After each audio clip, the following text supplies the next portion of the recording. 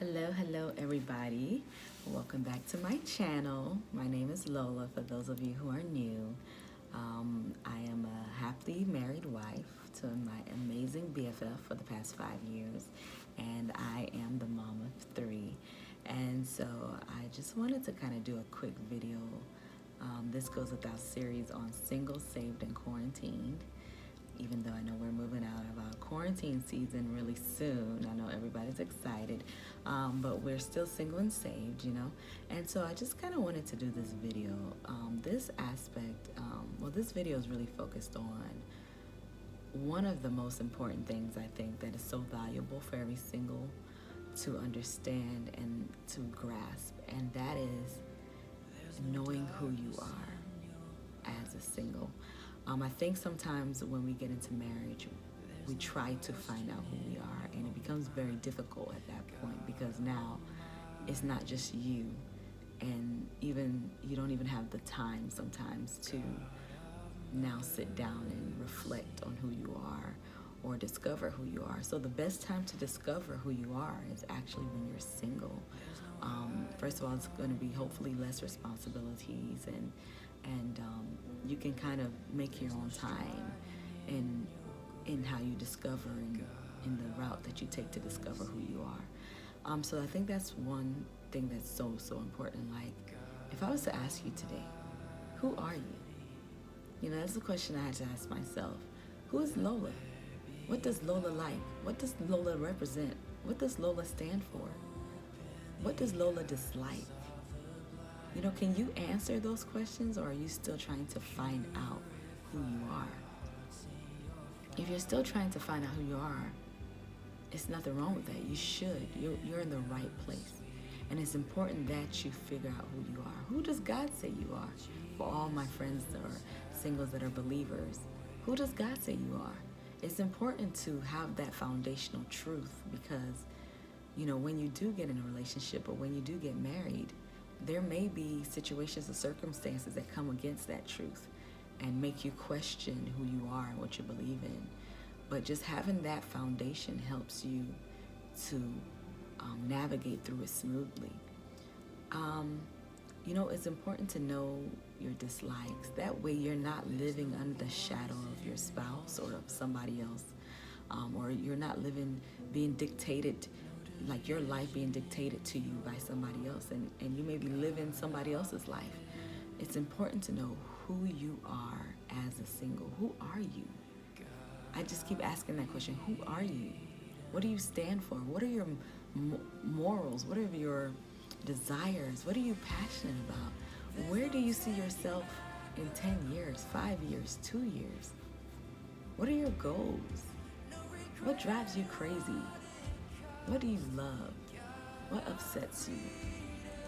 What are your triggers?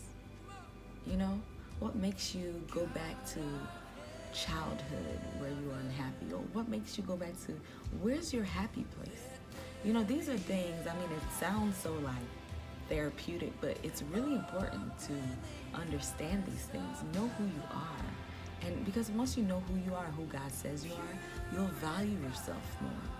And then while you're single, your process in being single will even be more intentional and more productive and more fruitful because you know who you are, versus you're in your singleness, you don't know who you are, and you're not even trying to find out who you are, but you're trying to hurry up and find out who can love you and who can make you happy. I mean, you're carrying emptiness into your marriage, into your next relationship. That emptiness and that void. And all you're going to be is an empty basket that's desiring someone to feel. And you're going to fill the void. You're not going to feel satisfied because nobody can ever meet that need. Nobody can ever fill that void except God, your creator, the one that knows who you are and who he created you to be. So it's important in your singleness. Part of that discovery of who you are is finding out who God says you are, and who is God. Who is your creator? Who is your father? Who created you and why? What purpose? So navigating through that in singleness, you may not get the full picture before you get married, but at least you started on it as a single instead of just sitting in your house wasting time and hoping that your prince will come and sweep you off your feet, or your knight in Charmin armor will come and save you from this sad, lonely world that you're sitting in. You know, it's not about that. It's, what should I be doing while I'm single? How can I be bettering myself? Ask yourself, would you marry you? The you that you are right now, the version of you, would you marry you? Would you marry your selfish you, your you that has an attitude problem, your you that is sarcastic all the time, your you that has anger issues, your you that always feels abandoned and rejected, your you that can't keep friends, your you that doesn't even like the way you look? Would you marry that you, that version of you? Would you? If you won't, then you should not be desiring somebody else will marry that version of you. How about be the best version of you that God has created you to be?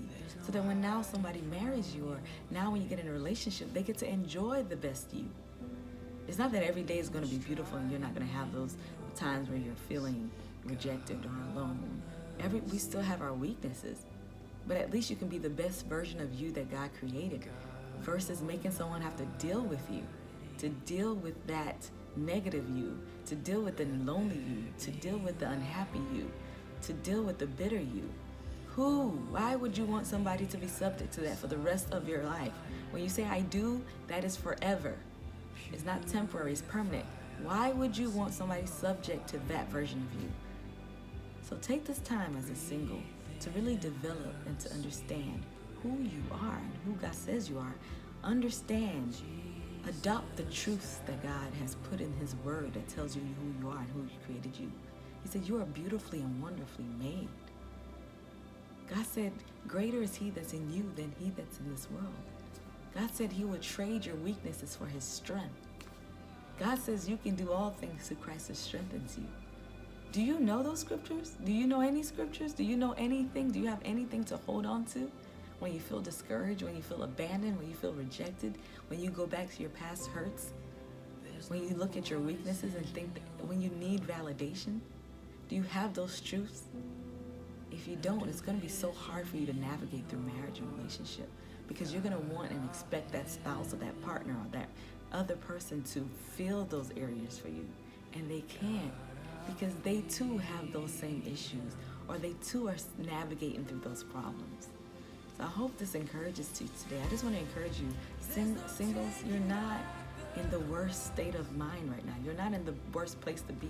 Yes, everybody may look like they're married. Everybody is married around you. You're not lacking anything.